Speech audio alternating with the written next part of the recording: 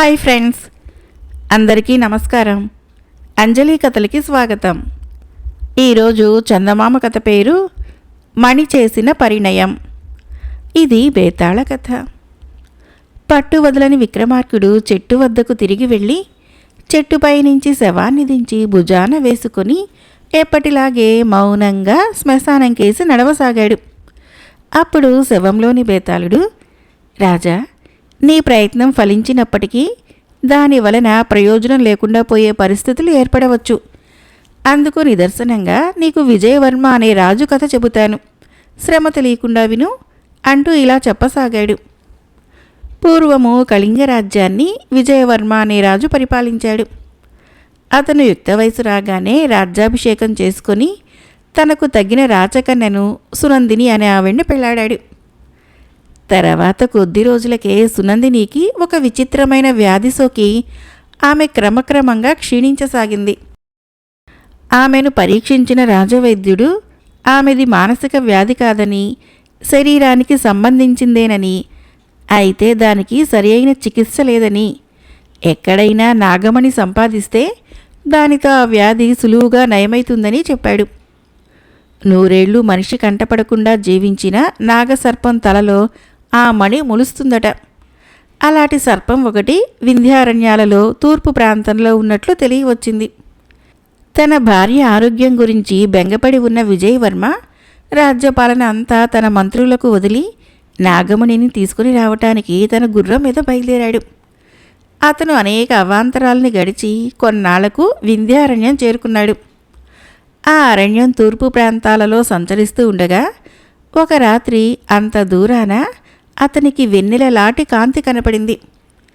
ఆ కాంతి నాగమణి నుంచి వచ్చే కాంతి అయి ఉండవచ్చుననుకుని అటుగా వెళ్ళి ఒక పుట్టను, దాని సమీపంలో ఒక నాగసర్పాన్ని, దాని నెత్తిమీద మణిని చూశాడు. సర్పాన్ని చంపితేనే కానీ మణి రాదు. సర్పాన్ని సమీపించడము ప్రమాదకరం. అందుచేత విజయవర్మ సమీపంలో ఉన్న చెట్టు ఎక్కి తన వింటికి బాణం ఎక్కుపెట్టాడు. కానీ అతడు ఆ బాణాన్ని వదలలేదు. మొదటి బాణంతో అది చావకపోతే ఆ సర్పము తనకు అందకుండా పారిపోవచ్చు, లేదా అక్కడ ఉన్న పుట్టలోనో గుబురు చెట్ల చాటునో దాగి ఉండి తను చెట్టు దిగగానే అది తనను చంపేయవచ్చు. అది పడగ విప్పితేనే గాని అతనికి గురి కుదరదు. అందుచేత విజయవర్మ తాను ఎక్కుపెట్టిన బాణంతో పాముకు ఎగువగా ఉన్న చిన్న కొమ్మను కొట్టాడు. ఆ కొమ్మ మీద పడగానే పాము పడగ విప్పి బుసలు కొట్టింది. మరుక్షణమే విజయవర్మ మరొక బాణంతో పాము పడగ రెండుగా చీలేటట్లు కొట్టాడు. పాము చచ్చిపోయింది. విజయవర్మ చెట్టు దిగి వచ్చి పాము తల మీద ఉన్న మణిని తీసుకున్నాడు. కానీ అతను మణితో అరణ్యం గుండా పోతూ ఉండగా తెల్లవారే వేళకి మనుషుల కోలాహలం వినిపించింది. వాళ్ళు ఎవరో అడవి మనుషులు అయి ఉంటారని, వాళ్ళు తన కేసు వస్తున్నారని అనుకుని అతను నాగమణిని భద్రంగా దాపులు ఉన్న ఒక పొదలో దాచాడు. మరికొద్ది క్షణాలకల్లా కొందరు అడవి జాతి వాళ్ళు వచ్చి అతన్ని చుట్టుముట్టారు. గత్యంతరం లేక అతను వాళ్ళకి పట్టుబడిపోయాడు. వాళ్ళు అతని ఆయుధాలు లాక్కొని చేతులు కట్టి తమ పల్లెకు తీసుకుని పోయారు. వాళ్ళ మాటల్ని బట్టి వాళ్ళు తనను తమ దేవతకు బలి ఇచ్చే ఉద్దేశంతో ఉన్నట్లు అతను గ్రహించాడు. ఈ ప్రాణాపాయం నుంచి ఎలా తప్పించుకోవాలా అన్న తీవ్రమైన సమస్య అతన్ని పట్టుకున్నది. ఆటవికుల నాయకుడికి చిత్రలేఖ అనే ఒక కుమార్తె ఉన్నది. ఆమె చాలా అందంగా ఉంటుంది. ఆమె విజయవర్మను చూడగానే అతన్ని మోహించి తన తండ్రితో, ఈ రాజ యువకుణ్ణి దేవతకు బలి ఇవ్వటానికి వీల్లేదు. అతన్ని నేను పెళ్లాడదలిచాను. కాదంటే నన్ను కూడా దేవతకు బలి ఇవ్వు అన్నది. నాగరీకుడు దొరికితే దేవతకు బలి ఇవ్వటము మన జాతి నియమం కదా. ఆ నియమాన్ని ఎలా దాటడం? పోనీ ఒక పని చేద్దాం. నేను ఆ యువకుడు పోట్లాడుతాము. అతను గెలిస్తే వీరుడి క్రింద జమ కట్టి విడిచిపెడతాను. ఆ తర్వాత సాధ్యమైతే నువ్వు అతన్ని పెళ్లి చేసుకో. నా అభ్యంతరం ఏమీ ఉండదు అన్నాడు చిత్రలేఖ తండ్రి. విజయవర్మకు జాతి నాయకుడికి పోరాటం జరిగింది. చిత్రలేఖ తండ్రి నిజంగానే ఓడాడో కావాలని ఓడాడో గాని పోటీలో చివరకు విజయవర్మ గెలిచాడు. తర్వాత చిత్రలేఖ అతని ఎదుటికి వచ్చింది. ఆమె అందం చూసి దిగ్భ్రాంతుడై ఆమెను పెళ్లాడాలన్న కోరికను తనకు తానే బయటపెట్టాడు విజయవర్మ. అతను చిత్రలేఖకు తన సంగతంతా చెప్పి తాను నగరానికి వెళ్ళబోతూ చిత్రలేఖని తన వెంట పంపమని ఆమె తండ్రిని అడిగాడు. మేము ఎంతో కాలంగా నాగమణి కోసం ప్రయత్నిస్తున్నాం. అది నీకు దొరికిందట. దాన్ని నాకు ఇచ్చేసి చిత్రలేఖను నీ వెంట తీసుకుని పో అన్నాడు ఆటవికుల నాయకుడు. విజయవర్మ కొంచెం తటపటాయించి చిత్రలేఖతో, నేను నాగమణిని ఇవ్వను. నువ్వు దానికోసమే నన్ను పెళ్లాడటానికి సిద్ధంగా ఉన్న పక్షంలో నీతో నాకు పని లేదు అంటూ చరచర వెళ్ళపోబోయాడు. చిత్రలేఖ తండ్రి అతన్ని ఆపి, నాగమణి నాకు కూడా అవసరం లేదులే. నువ్వు నాగమణిని నాకిచ్చి ఉంటే చిత్రలేఖ నీకు దక్కి ఉండేది కాదు. నువ్వు ఆమెను నిరాటంకంగా నీ నగరానికి తీసుకుని పోవచ్చును అన్నాడు. విజయవర్మ నాగమణితో పాటు చిత్రలేఖను కూడా తీసుకొని పోయి మణి సహాయంతో సునందిని ఆరోగ్యం బాగు చేయించుకొని 2 భార్యలతోనూ సుఖంగా జీవించాడు. బేతాళుడు ఈ కథను చెప్పి, రాజా, విజయవర్మ మణి ఇవ్వటానికి ఎందుకు నిరాకరించాడు? సునందిని పైన ఉన్నంత ప్రేమ చిత్రలేఖ మీద లేకపోవటం చేతనా? మొదట మణి ఇస్తే గాని తన కూతుర్ని విజయవర్మ వెంట పంపను అన్న అడవిజాతి నాయకుడు తన అభిప్రాయం మార్చుకోవటమే కాక విజయవర్మ మణిని ఇచ్చి ఉంటే చిత్రలేఖను కూడా పోగొట్టుకుని ఉండేవాడనటంలో అంతరార్థం ఏమిటి? ఈ అనుమానాలకు సమాధానం తెలిసి చెప్పకపోయావో నీ తల పగిలిపోతుంది అన్నాడు.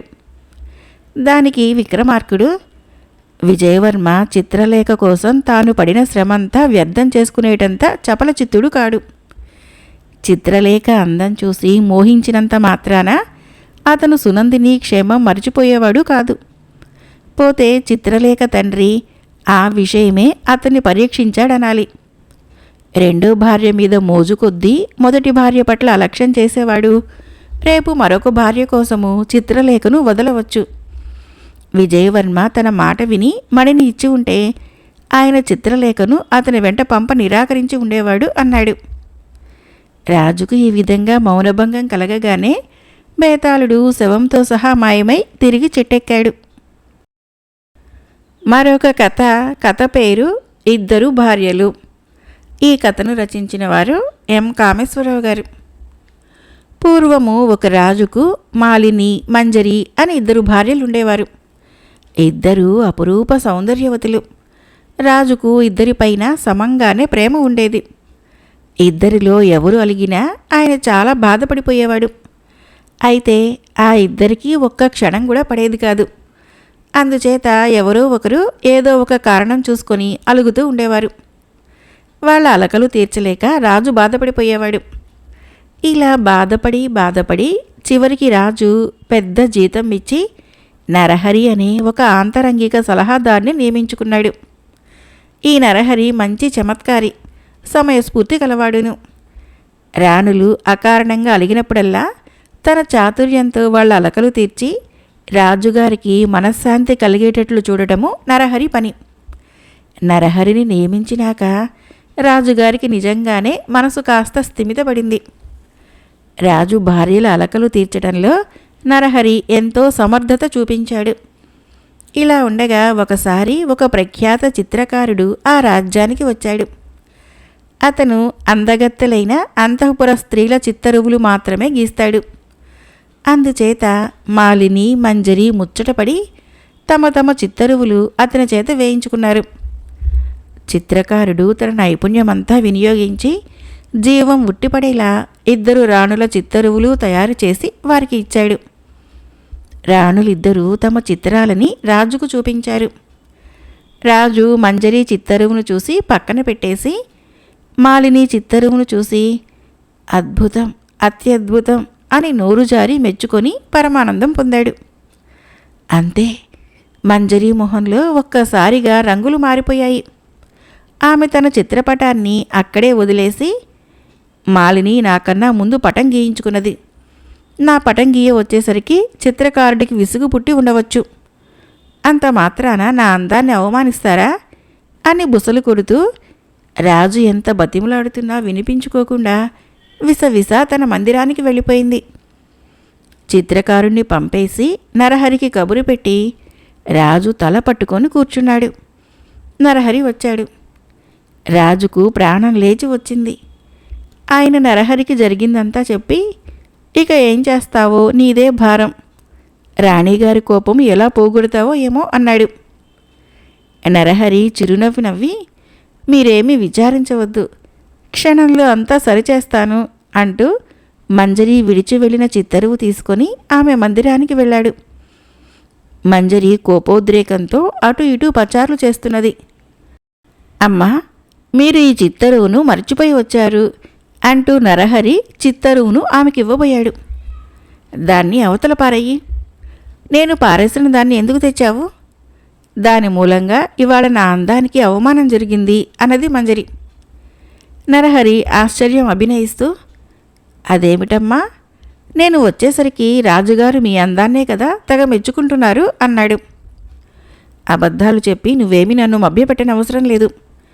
రాజుగారు నా చిత్రాన్ని ఒకసారి చూసి పక్కన పెట్టేసి అలుపు వచ్చేదాకా మాలిని అందాన్ని తెగ పొగిడారు అని మంజరి రుసరుసలాడింది. నరహరి పెద్దగా నవ్వి, అందుకు మాలినీదేవి గారికి కోపం రావాలి కానీ మీకు కోపం దేనికి? మీ చిత్తరువు ఎంత బాగున్నా మిమ్మల్ని రోజూ చూసేవారికి అది అంత బాగోలేదంటే మీ అందము చిత్తరువులోకి పూర్తిగా రాలేదనే కదా అర్థం. మాలినీదేవి గారి కన్నా ఆమె చిత్తరువు బాగున్నట్లు రాజుగారికి తోచింది. వారు ఆమె చిత్తరువును మెచ్చుకోవటము ఆమె అందాన్ని కించపరచటమే కదా అన్నాడు. మంజరి ముఖము విప్పారింది. ఆమె చప్పున తన మెడలోని హారం తీసి నరహరి చేతిలో పెట్టి, నేను అంత దూరం ఆలోచించలేదు సుమా, ఈ హారం తీసుకుని పోయి నీ భార్యకివ్వు అన్నది. అమ్మా, నాకిప్పుడు మరో హారం కొనే తాహత లేదు. నా చేతి క్రింద ఆంతరంగిక సలహాదారు లేడు. అలకపరిచిన వాళ్లను శాంతపరచటం నా వల్ల కాదు. నాకు కూడా 2 భార్యలున్నారు, దేవాంతకురాళ్ళు అంటూ నరహరి ఆ హారాన్ని తీసుకోకుండా వెళ్ళిపోయాడు. మరొక కథ పేరు మంత్రి యుక్తి. ఈ కథను రచించిన వారు గంగిశెట్టి శివకుమార్ గారు. సోమశేఖర మహారాజు క్రింద అనేక దేశాలు ఉండేవి.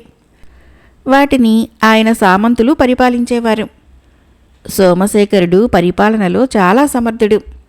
తన సామంతులు కూడా తనలాగే తమ తమ దేశాలని సమర్థతతో పరిపాలించాలని ఆయన అభిప్రాయం. అందుచేత ఆయన అప్పుడప్పుడు తన సామంతులు పరిపాలించే దేశాలకు వెళ్ళి అక్కడ పరిపాలన ఎలా సాగుతున్నది స్వయంగా చూసి తన సామంతుడు అసమర్థుడని తోస్తే అతన్ని తొలగించి అతడి స్థానంలో సమర్థుడని తనకు తోచిన వాణ్ణి నియమించేవాడు. ఒకసారి సోమశేఖరుడు మణిపుర రాజ్యాన్ని పర్యటించడానికి వెళ్ళాడు. ఆ సమయంలో మణిపురాన్ని పరిపాలిస్తున్న చంద్రవర్మ ఏమంత తెలివితేటలు గలవాడు కాడు. అయితే అతని మంత్రి సుమంతుడు మంచి మేధావి. దురదృష్టవశాన సోమశేఖరుడు పర్యటించడానికి వచ్చే సమయానికి మణిపుర రాజ్య పరిస్థితి అంత బాగాలేదు. సోమశేఖరుడికి అతని పరివారానికి మంత్రి సుమంతుడు అత్యద్భుతమైన ఆతిథ్యము వినోదాలు ఏర్పాటు చేశాడు. ఆ విధంగా మణిపుర రాజ్య పరిస్థితిలో గల లోపాలు సోమశేఖరుడి కంటపడకుండా ఉంటాయని మంత్రి ఉద్దేశం. ఆయన ఊహించినట్లే సోమశేఖరుడు తనకు జరిగిన ఆతిథ్యానికి చాలా సంతోషించాడు. అయితే మణిపుర రాజైన చంద్రవర్మ అమాయకత్వం మూలాన ఒక జరగరాని పొరపాటు జరిగిపోయింది. సోమశేఖరుడు వచ్చిన రాత్రి విందు వినోదాల అనంతరము ఆయనతో చంద్రవర్మ చదరంగమాడి ఆ ఆటలో సోమశేఖరుడిని ఓడించాడు. సోమశేఖరుడి ముఖము నల్లగా అయిపోయింది. మంత్రి సుమంతుడు గుండెల్లో రాయి పడింది. సార్వభౌముణ్ణి గెలవనీయాలన్న జ్ఞానం లేకపోయినందుకు చంద్రవర్మ తన సింహాసనాన్నే పోగొట్టుకోవచ్చు. అలాంటి ప్రమాదం జరగకుండా ఉండేందుకు ఏమి చెయ్యాలా అని సుమంతుడు దీర్ఘంగా ఆలోచించాడు. మర్నాడు మణిపుర దర్బారులో సోమశేఖరుడు అగ్రస్థానంలో కూర్చున్నాడు. సామంతుడు చంద్రవర్మ ఆయన సమీపంలోనే మరొక ఆసనం మీద కూర్చొని తన క్రింది ముఖ్యోద్యోగులని సోమశేఖరుడికి పరిచయం చేస్తున్నాడు. రాజ్య పరిస్థితులను గురించి సోమశేఖరుడు అడిగిన ప్రశ్నలకు వాళ్ళు జవాబులు చెబుతున్నారు. ఆ సమయంలో ఒక యువకుడు సభలోనికి వచ్చి, మహాప్రభు, నేను చదరంగ నిపుణుణ్ణి. మాది విదర్భ. దేశ దేశాలు తిరుగుతున్నాను. ఇంతవరకు నన్ను చదరంగంలో ఓడించినవాడు లేడు. సెలవైతే నా నైపుణ్యం ప్రదర్శించగలను. ఈ సభలో చదరంగం ఆడగలవారున్నారా అని అడిగాడు. సోమశేఖరుడు చదరంగం పోటీకి అనుమతించిన మీదట సభలో ఆ ఆట బాగా వచ్చిన వారంతా ఒక్కరొక్కరుగా వచ్చి అతనితో చదరంగం ఆడి ఓడిపోయారు. ఇక్కడ కూడా నన్ను ఓడించగలవారు లేరన్నమాట. ఏం చేసేది? వచ్చిన దారినే విదర్భకు తిరిగిపోతాను అన్నాడు ఆ యువకుడు. మా చంద్రవర్మ మహారాజు గారు గొప్ప చదరంగ నిపుణులు. వారితో ఆడు, తప్పక ఓడిపోతావు. ఆయనను ఓడించిన వారు ఇంతవరకు ఎవరూ లేరు అన్నాడు మంత్రి సుమంతుడు యువకుడితో. ఆ యువకుడు చంద్రవర్మతో 3 ఆటలు ఆడి 3 సార్లు చంద్రవర్మని చిత్తుగా ఓడించాడు. ఇది చూసిన సభికులకు కలిగిన ఆశ్చర్యము అంతా ఇంతా కాదు. ఇంక నన్ను చదరంగం ఆటలో జయించగలవారు ఈ సభలో ఎవరూ లేనట్టే కదా, ఇక సెలవు తీసుకుంటాను అన్నాడు యువకుడు దర్పంగా. తొందరపడకు, నీ శక్తి ఏమిటో సోమశేఖర మహాప్రభువు గారి మీద చూపించు అన్నాడు మంత్రి సుమంతుడు. సోమశేఖరుడు ఆ యువకుడితో ఆడక తప్పలేదు. మొదటి ఆట ప్రారంభమైన కొద్ది నిమిషాలకే యువకుడి ఆట కట్టింది. యువకుడి ముఖము చిన్నబోయింది. అతను మరొక ఆట ఆడమని సోమశేఖరుణ్ణి వేడుకున్నాడు. ఈసారి యువకుడి ఆట మరింత తొందరగా కట్టింది. యువకుడు సోమశేఖరుడికి జోహారు చేస్తూ, ఏలినవారిలాంటి ఆటగాడిని నేనెక్కడా చూడలేదు. నా ప్రగల్భాలని మన్నించండి అని సెలవు తీసుకొని దించిన తల ఎత్తకుండా సభ నుంచి బయటికి వెళ్ళిపోయాడు. సోమశేఖరుడి ముఖాన విజయగర్వం తాండవించింది. బతికామరా దేవుడా అనుకున్నాడు మంత్రి సుమంతుడు.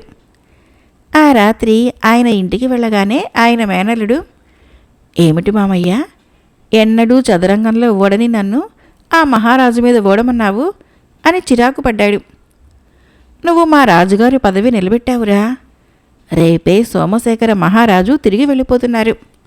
ఆయన ఎంత ఆనందంలో ఉన్నాడో చెప్పలేను అంటూ సుమంతుడు జరిగిందంతా తన మేనల్లుడికి చెప్పాడు. మరొక కథ పేరు దేవి వరం. ఈ కథను రచించిన వారు ఏసీ సర్కార్ గారు. ఒక గ్రామంలో రామశాస్త్రి అనే జమీందారు ఉండేవాడు. సాధారణంగా బ్రాహ్మణ జమీందారులుండరు. రామశాస్త్రి పూర్వీకుల్లో ఒక ఆయన ఉద్దండ పండితుడు. రాజుగారు ఆయన పాండిత్యానికి మెచ్చి ఆయనకు కొన్ని గ్రామాలు బహూకరించాడు. ఆనాటి నుంచి ఆ బ్రాహ్మణ వంశస్థులు జమీందారులయ్యారు. రామశాస్త్రికి 2 కొడుకులు. పెద్దవాడి పేరు సుగ్రీవ శాస్త్రి. అతను 20 ఏళ్ల వయసువాడు. తండ్రి తర్వాత జమీందారు అయ్యే హక్కు ఇతడిదే. తండ్రి ఇతన్ని బాల్యంలోనే విద్యాభ్యాసం కోసము కాశీలో మధురలో ఉన్న గొప్ప గొప్ప పండితుల దగ్గరకు పంపించాడు. సుగ్రీవ శాస్త్రి శ్రద్ధగా చదివి ఎంతో శాస్త్రజ్ఞానం సంపాదించాడు. అనేక కొత్త ప్రదేశాలు తిరిగి చాలామంది సంస్కరణవాదులతో చర్చలు జరిపి అతడు మత విషయాల పట్ల ఒక నూతన దృక్పథం అలవరుచుకున్నాడు. పుట్టిన కులాన్ని బట్టి మనుషులకు ఉచ్చ నీచాలు, అస్పృశ్యత ఆపాదించే మత సూత్రాలకి అతను బద్ధ విరోధయ్యాడు. ఇలాంటి ఉన్నత భావాలతో తిరిగి వచ్చిన సుగ్రీవ శాస్త్రి ముందుగా తమ ఇంటి పౌరోహితుడు కొడుకైన గుణభట్టుని తన ఆశయాలకు అనుకూలుణ్ణి చేసుకున్నాడు. ఆ తర్వాత గ్రామంలో మరికొందరు యువకులు సుగ్రీవ శాస్త్రికి తోడయ్యారు. వీళ్ళందరూ రామశాస్త్రికి తెలియకుండా రాత్రివేళల్లో రహస్యంగా అస్పృశ్యులు నివసించే గూడాలకు పోయి రోగగ్రస్తులకు వైద్య సహాయము, తిండి లేక పస్తులుండే వాళ్ళకి బియ్యము వగైరా ఇస్తూ ఉండేవాళ్ళు. ఇలా కొంతకాలం జరిగింది. ఒక మండు వేసవి కాలంలో మిట్ట మధ్యాహ్నం వేళ సుగ్రీవ శాస్త్రి పొరుగురు నుంచి తిరిగి వస్తూ దారి పక్కనే ఉన్న మర్రి చెట్టు క్రింద చెప్పులు కుడుతున్న రూపరాం అనే అస్పృశ్యుణ్ణి చూశాడు. సుగ్రీవ శాస్త్రి అతన్ని బాగా ఎరుగు. అతడు రూపరాంని సమీపించి, ఎలా ఉన్నావు రూపరాం, పిల్లలంతా కులాసాయే కదా అని అడిగాడు. రూపరాము సుగ్రీవ శాస్త్రికి దండం పెట్టి, బాబు, మీ దయ వలన అందరం కులాసాగానే ఉన్నాం. ఇంత ఎండలో ప్రయాణం ఏమిటి? కొంచెంసేపు విశ్రాంతి తీసుకోండి. దాహం వేయటం లేదా అన్నాడు. సుగ్రీవ శాస్త్రి రూపరాం పక్కనే ఉన్న చెక్కపెట్టె మీద కూర్చున్నాడు. అతడికి దాహం వేయటమే కాదు, ఎండతాపానికి నాలుక పిడచకట్టుకుపోతున్నది. రూపరాం అతనికి ముంతలో నుంచి ఇంత నీరు ఒక రాగి గ్లాసులో పోసి ఇచ్చాడు. సుగ్రీవ శాస్త్రి గ్లాసు అందుకొని తాగుతూ ఉండగా దారి మలుపులో నుంచి గుర్రబండి ఒకటి వేగంగా అటుకేసి వచ్చింది. బండిలో జమీందారు రామశాస్త్రి ఉన్నాడు. ఆయన ఏదో తొందర పని మీద పొరుగు గ్రామం పోతున్నాడు. తన పెద్ద కొడుకు అస్పృశ్యుడు ఇచ్చిన నీరు త్రాగడం ఆయన కంటపడింది. రామశాస్త్రి ఉగ్రుడైపోతూ, సుగ్రీవ్, నువ్వు తక్షణం ఇంటికి వెళ్ళు. నేను తిరిగి వచ్చే వరకు ఎక్కడికి పోకు. నీతో మాట్లాడవలసిన ముఖ్య విషయం ఉన్నది అన్నాడు. సుగ్రీవ శాస్త్రి జవాబు చెప్పే లోపలే గుర్రబండి కదిలిపోయింది. రూపరాము నిలువెల్లా వణికిపోతూ, చిన్నబాబు, జమీందారు పెద్దబాబు, నేను మీకు మంచినీళ్ళు ఇవ్వడం చూశాడు. ఇక నన్ను ఆయన ప్రాణాలతో వదలడు. నా పెళ్ళాం బిడ్డల గతేమిటి అన్నాడు. సుగ్రీవ శాస్త్రికి తన తండ్రి మాట్లాడదలిచిన ముఖ్య విషయం ఏమిటో తెలుస్తూనే ఉన్నది. కానీ అతడేమీ భయపడలేదు. రూపరాం పరిస్థితి వేరు. అతడు పేదవాడు, అస్పృశ్యుడు. రూపరాం, నీకొచ్చిన భయం ఏమీ లేదు. మా పౌరోహితుడు కొడుకు గుణభట్టు ఇంట నువ్వు రహస్యంగా దాక్కోవచ్చు. నీ కుటుంబ సంరక్షణ సంగతి కూడా అతనే చూస్తాడు అని ధైర్యం చెప్పాడు సుగ్రీవ శాస్త్రి. తర్వాత అతడు ఇంటికి పోయి తల్లితో ఏమీ దాచకుండా చెప్పేశాడు. ఆమె కళవెళపడిపోతూ, సుగ్రీవ్, మీ నాయన ఎలాంటి సనాతన ధర్మపరుడో నీకు తెలియంది కాదు కదా. తప్పు ఒప్పుకొని క్షమించమని కోరు అన్నది. ఇందుకు సుగ్రీవ శాస్త్రి అభ్యంతరం చెప్పి, అమ్మా, నేను నమ్మిన ఆదర్శాలకు అనుగుణంగా ప్రవర్తించాను. పశ్చాత్తాపపడవలసిందేమీ లేదు. అంత ముంచుకుని వస్తే జమీందారీ మీద హక్కు వదులుకుంటాను అన్నాడు. ఆ సాయంకాలము రామశాస్త్రి ఇంటికి తిరిగి వచ్చి భార్య ఎదుటనే సుగ్రీవ శాస్త్రితో, ఇవాళ మధ్యాహ్నం నువ్వు చేసిన పనేమిటి? మన బ్రాహ్మణ జమీందారు కుటుంబం వాడు అస్పృశ్యుడు ఇచ్చిన నీరు త్రాగటమా? ఈ సంగతి తెలిస్తే నిన్ను కులంలో నుంచి వెలివేస్తారు కూడా. ఆయన చేసిన తప్పుకు ప్రాయశ్చిత్తం ఉంది కదా. గోమయం తినటము ఆ ప్రాయశ్చిత్తంలో ముఖ్యమైనది. తర్వాత కొద్ది రోజులు ఉపవాసము. దివాన్జీకి ఇందుకు అవసరమైన ఏర్పాట్లు చేయమని చెప్పాను అన్నాడు. సుగ్రీవ శాస్త్రి తండ్రికి జవాబు ఇవ్వకుండా మౌనంగా ఊరుకున్నాడు. ఆ రాత్రి అతడు తన మిత్రుడైన గుణభట్టును కలుసుకొని జరిగిందంతా చెప్పాడు. గుణభట్టు ఏదో ఒక ఉపాయం ఆలోచించాలని చెప్పి అప్పటికప్పుడే పోయి తనకు పరిచితుడైన మాయాపాలుణ్ణి కలుసుకున్నాడు. ఈ మాయాపాలుడికి ఇంద్రజాల విద్యల్లాంటివి తెలుసు. మర్నాటి ఉదయము గుణభట్టు సుగ్రీవ శాస్త్రిని చూడవచ్చి, మిత్రమా, నీకొచ్చిన భయం ఏమీ లేదు. ఈ చిక్కు నుంచి బయటపడేందుకు మాయాపాలుడితో పాటు మా నాన్నగారు సహాయం చేస్తామన్నారు అని చెప్పాడు. సూర్యోదయంతోనే అలవాటు చొప్పున జమీందారు రామశాస్త్రి దేవాలయానికి వెళ్ళాడు. పూజ ముగించి బయటికి వచ్చిన పురోహితుడు భట్టు ఆయన్ని చూసి మామూలుగా చిరునవ్వు నవ్వటానికి బదులు ఏదో దీర్ఘాలోచనలో ఉన్నవాడిలా కనిపించాడు. భట్టూజీ, ఏమిటి అలా ఉన్నారు అని అడిగాడు రామశాస్త్రి ఆశ్చర్యపడుతూ. భట్టు చిన్నగా నిట్టూర్చి, అయ్యా, ఒక తీవ్రమైన సమస్య ఎదురైంది. ఇంతకుముందు నేను ధ్యానంలో ఉండగా పాడి పంటలకు అధిదేవత అయిన అన్నపూర్ణాదేవి కనిపించి, భట్టు, చెప్పులు కుట్టుకుని బతికే రూపరాము నాకు అత్యంత ప్రియమైన భక్తుడు. అతడిచ్చిన నీరు తాగి దాహం తీర్చుకోవటంలో జమీందారు కుమారుడు చేసిన పాపం ఏమీ లేదు. రూపరాము నా నిజమైన భక్తుడనేందుకు రుజువుగా అతడికి ఒక వరం ఇస్తున్నాను. అది ఒక్కసారికి మాత్రమే పనికి వస్తుంది. రూపరాము ఉడికించకుండానే బియ్యాన్ని అన్నంగా మార్చగలడు అని చెప్పింది అన్నాడు. జమీందారు రామశాస్త్రి ఇవి నమ్మదగిన మాటలు కాదన్నట్లుగా అడ్డంగా తల తిప్పి, సరే భట్టూజీ, ఆ రూపరాంకి పరీక్ష పెట్టి చూద్దాము. ఏ పాటి భక్తుడో తేలిపోతుంది అన్నాడు. 1-2 గంటల తర్వాత జమీందారు భవంతికి ముందు ఉన్న ఆవరణలో రూపరాము భక్తి పరీక్షకు ఏర్పాట్లు జరిగాయి. భట్టూజీ ఒక కొమ్ము చెంబు, అంటే బైరాగులు సన్యాసుల వద్ద ఉండే కమండలం లాంటిది, తీసుకొని వచ్చి అందరి ఎదుటనే దానిని కడిగి రూపరాంకి ఇచ్చే ముందు చెంబులో నీళ్లు పోసి కొన్ని బియ్యపు గింజలు వేశాడు. రూపరాము కొమ్ము చెంబు తీసుకొని ఒకసారి దేవాలయం కేసి తిరిగి దండం పెట్టి చెంబుకు ఉన్న కొమ్ములో నుంచి బలంగా 4-5 సార్లు ఊదాడు. వెంటనే చెంబులోని నీళ్ల మీద బాగా ఉడికిన కొన్ని అన్నం మెతుకులు తేలినాయి. ఈ అద్భుతం చూసి జమీందారు రామశాస్త్రి నిశ్చేష్టుడైపోయాడు. ఆయన అక్కడికక్కడే రూపరాంకి 2 ఎకరాల పొలం దానం చేసి కొడుకు సుగ్రీవ శాస్త్రిని కావలించుకొని, సుగ్రీవ్, గట్టిగా కోపడినందుకు ఏమీ అనుకోకు అన్నాడు. ఆ సాయంకాలము సుగ్రీవ శాస్త్రి గుణభట్టు కలిసి మాయాపాలుణ్ణి చూడబోయారు. సుగ్రీవ శాస్త్రి మాయాపాలుడికి డబ్బు ఇవ్వబోగా అతడు నిరాకరించి, ఈ ఇంద్రజాలం కిటుకు చెప్పిన వాణ్ణి నేను, దాన్ని తెలివిగా అమలు జరిపిన వాళ్ళు భట్టూజీ, రూపరాములు. నేను చెప్పిన విధంగా భట్టూజీ రహస్యంగా చెంబుకు ఉన్న కొమ్ము మెలికలో అన్నం మెతుకులు కొన్ని గట్టిగా దట్టించి అందరూ చూస్తూ ఉండగా చెంబులో నీళ్లు పోసి కడిగాడు.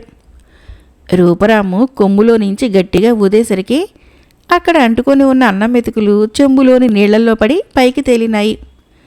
ఈ అద్భుతము జమీందారు రామశాస్త్రి బాబులో పెద్ద మార్పు తెచ్చి తీరుతుంది అన్నాడు. అతను ఊహించినట్లే ఆ తర్వాత జమీందారు రామశాస్త్రి తన జమీలోని పేదల అస్పృశ్యుల పట్ల ఎంతో ఉదారంగా ప్రవర్తించుతూ మంచివాడు అనే పేరు తెచ్చుకున్నాడు. మరొక చిన్న కథ పేరు ఎవరు పేదవారు. ఈ కథను రచించిన వారు పిఎస్ గోపాలకృష్ణ గారు. ఒక గ్రామంలో వైద్య సౌకర్యాలు అంతగా లేకపోవటం వలన అక్కడి వారు ఎంతో ఇబ్బంది పడుతూ ఉండేవాళ్ళు.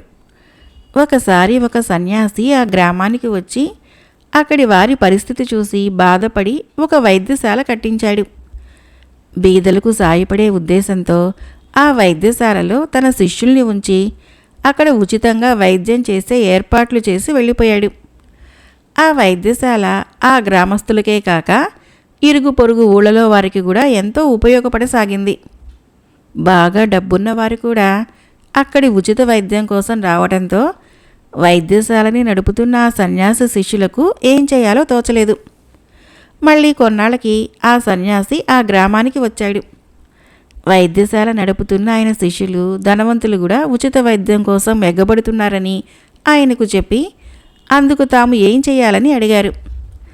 సన్యాసి నవ్వి, మన వైద్యశాల బీదలకు సాయపడాలని మన ఉద్దేశం. అది తెలిసి ఇక్కడికి వైద్యం కోసము ధనవంతులు వస్తే మనమేం చేయాలి? వారికి వైద్యం చేయవలసిందే. యాచించేవాడు ఎవడైనా పేదవాడే అన్నాడు. కథ అయిపోయింది. ఫ్రెండ్స్, ఈ కథలు మీకు నచ్చినట్లయితే మన ఛానల్ని తప్పకుండా సబ్స్క్రైబ్ చేయండి, లైక్ చేయండి, షేర్ చేయండి, కామెంట్ చేయండి. Thank you.